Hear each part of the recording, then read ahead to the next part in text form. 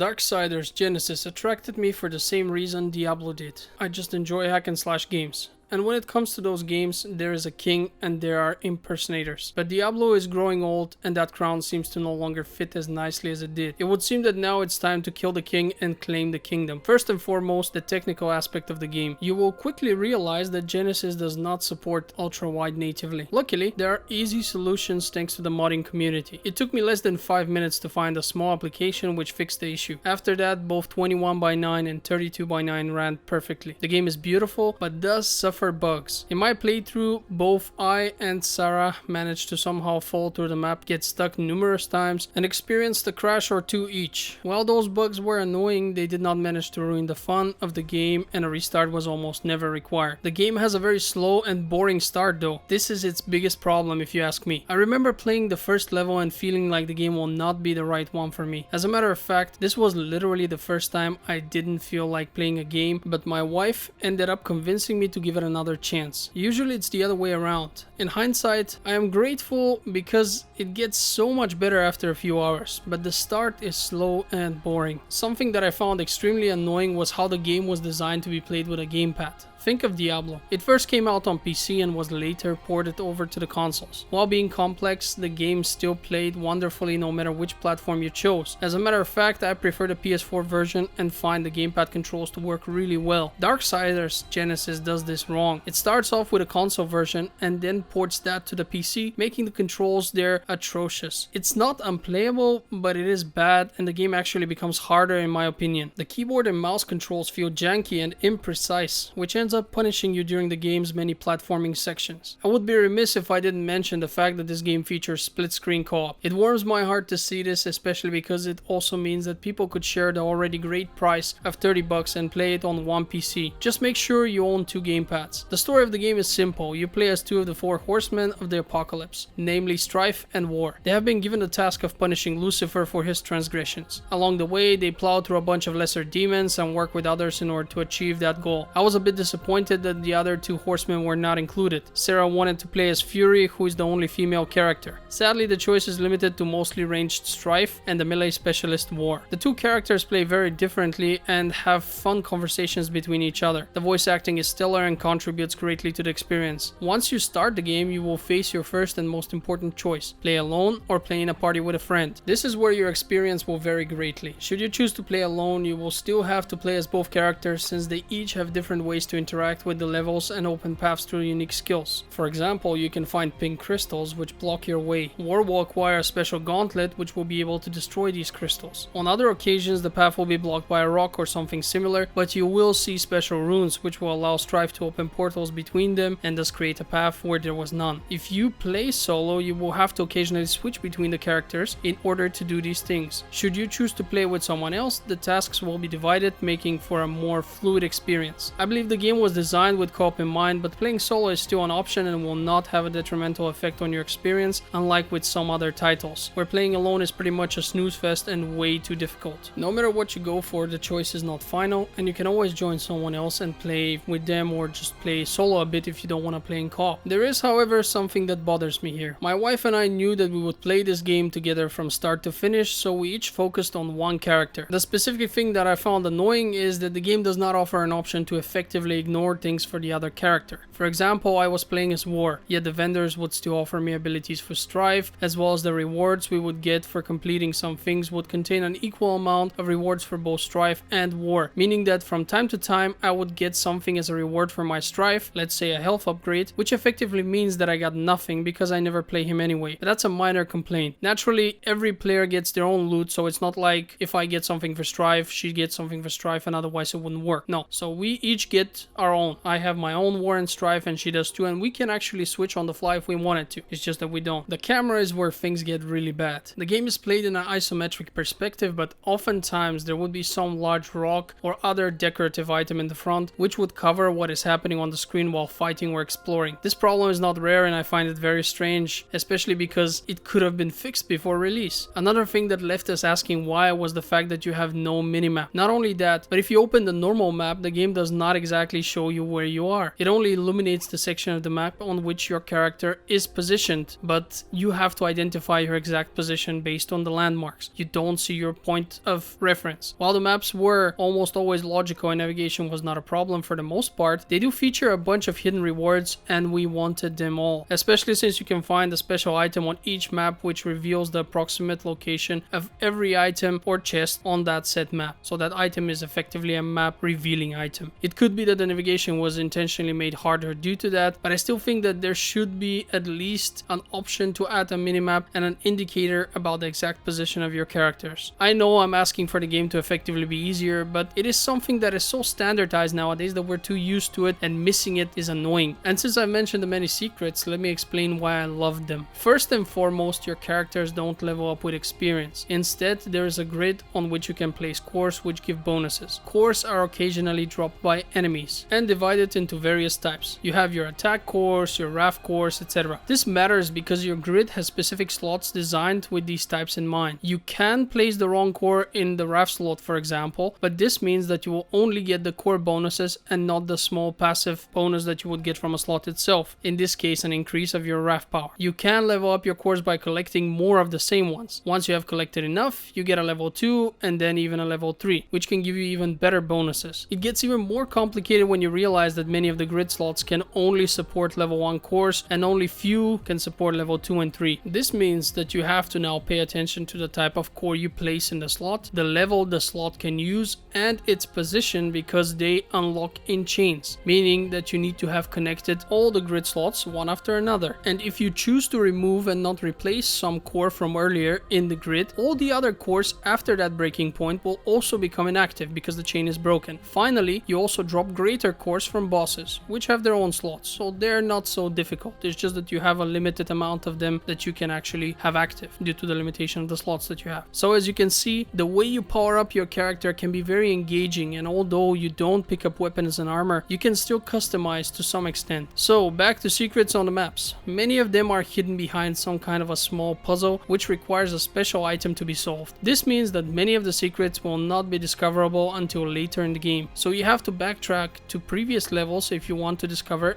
everything. The good news is that this is also worth it because there are different enemy types on different levels and they drop their core types which you need in order to level them up. So going back to a previous level is worth it, not only for the secrets but also in order to grind some of those older cores that you need to level up to level 3. The bosses drop boss cores too, as I've mentioned, so it's one more reason to go back and kick their asses as well. So the secrets are just the cherry on top of the cake, really. Hack and slash games have always motivated the players to grind, but it is how they do it that makes all the difference. In Diablo they have new item tiers, paragon levels and rifts. They spice things up with the occasional random event, making replaying those levels fun and engaging. Most of the games of this type fail to motivate sufficiently, but Darksiders has found its own way of engaging the player and it works really well. Arguably better than Diablo if you ask me. My point is, I didn't mind coming back to those levels and killing the bosses over and over again in order to upgrade their cores or just to discover the remaining secrets. And allow me to mention how good the game's music is. When I think of Diablo 3 for example, I think of bad music with a few great tracks, but most of it was mediocre or really bad. When I think of Darksiders Genesis, I can't actually recall a single song I did not enjoy. Now let's talk about the combat. I've already mentioned how both characters are quite different, but I forgot to say how on some maps you can also mount your horse, which is mostly useful to cover greater distances, but you can actually fight while riding, and while it is,